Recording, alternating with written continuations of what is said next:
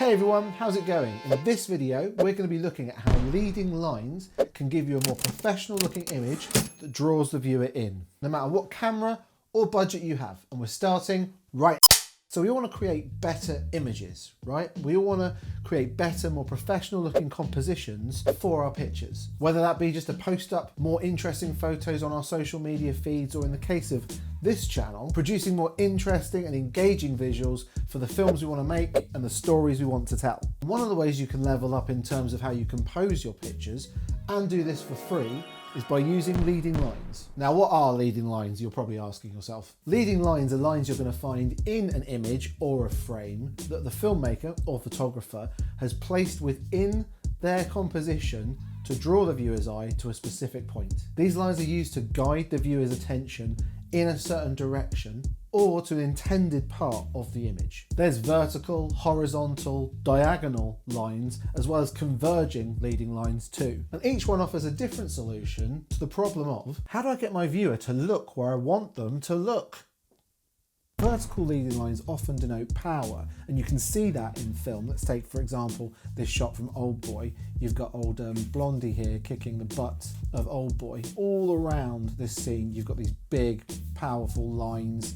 These are kind of steel blocks that are holding in the windows here, but you've also got these metal blocks, concrete blocks, in fact, behind him.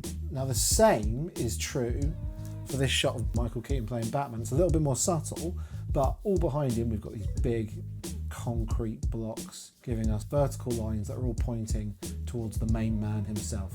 Now, here's Christopher Reeve as Superman, and even though this shot is supposed to be in mid-flight, mid-air, with the city behind him, and the lights in these tower blocks are obviously all horizontal, the filmmaker has still been able to use motion blur in the shot to give us these vertical streaky lines that tell us where we should be looking. Now, horizontal lines often work best with wide angle shots. The reason being that the most powerful horizontal lines you're going to see are often found in nature, more often than not illustrating the actual horizon. And these kind of lines can be super dramatic, but it's how you use these lines to guide the viewer, which is where the magic really happens. For example, here's a shot from The Power of the Dog with Benedict Cumberbatch in the middle here.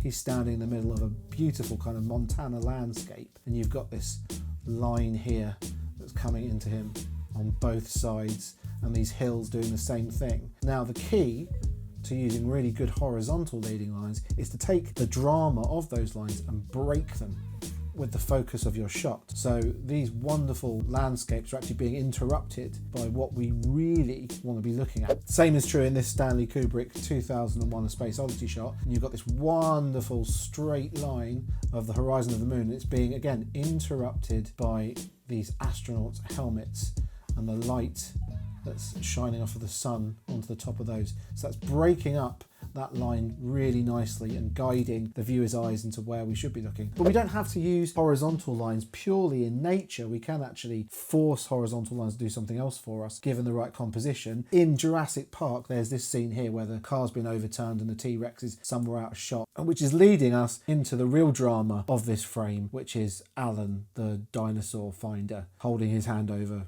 what's-her-face's mouth. I'm very good with names, aren't I? Once you start to search for diagonal leading lines in movies, then you kind of end up seeing them everywhere. But the real trick is exactly how you use them and how many of them you use. For example, here's a shot from the film Rushmore. We've got this one diagonal line, which is pulling us away from the chalkboard and to the actual character itself. However, going back to Jurassic Park for a second, here we've got old Jeff Goldblum as, I can't remember his name now, but Alan Grant is the dinosaur guy. See, it comes to me, it's like IMDb in the 90s, it just takes a long time to load. But with Jeff Goldblum running away from the T-Rex, what we can see is loads and loads and loads and loads of diagonal lines pointing us back to where the drama is. This whole thing here is a big line, and these ones here as well. So lots and lots of lines being used to ramp up the drama and the tension within the frame. And so what's going on in this shining one, where you've got these diagonal lines that are pointing in, drawing us in, even the top of little old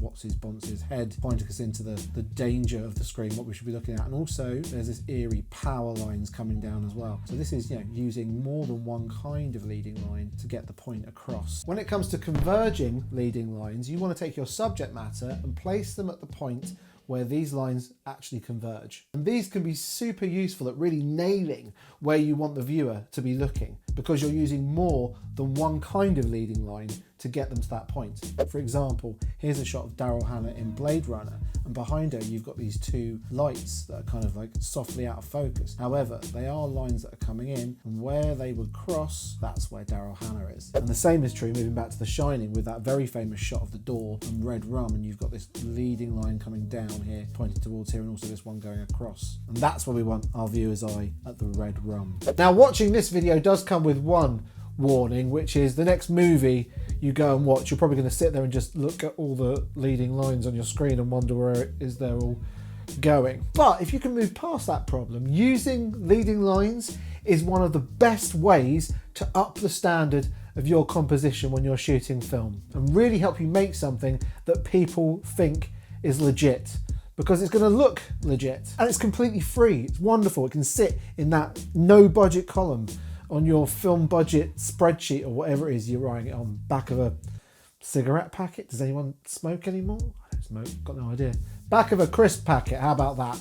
Although that's foil and that'll never work. But it's not the only free tool in town that can up your game when it comes to composition. If you click on this, I'm going to shuffle over my chair now. Whoop. If you click on this video here now, it's going to show you another free way you can do that. I'll see you in that video. Thanks for watching, filmmaker.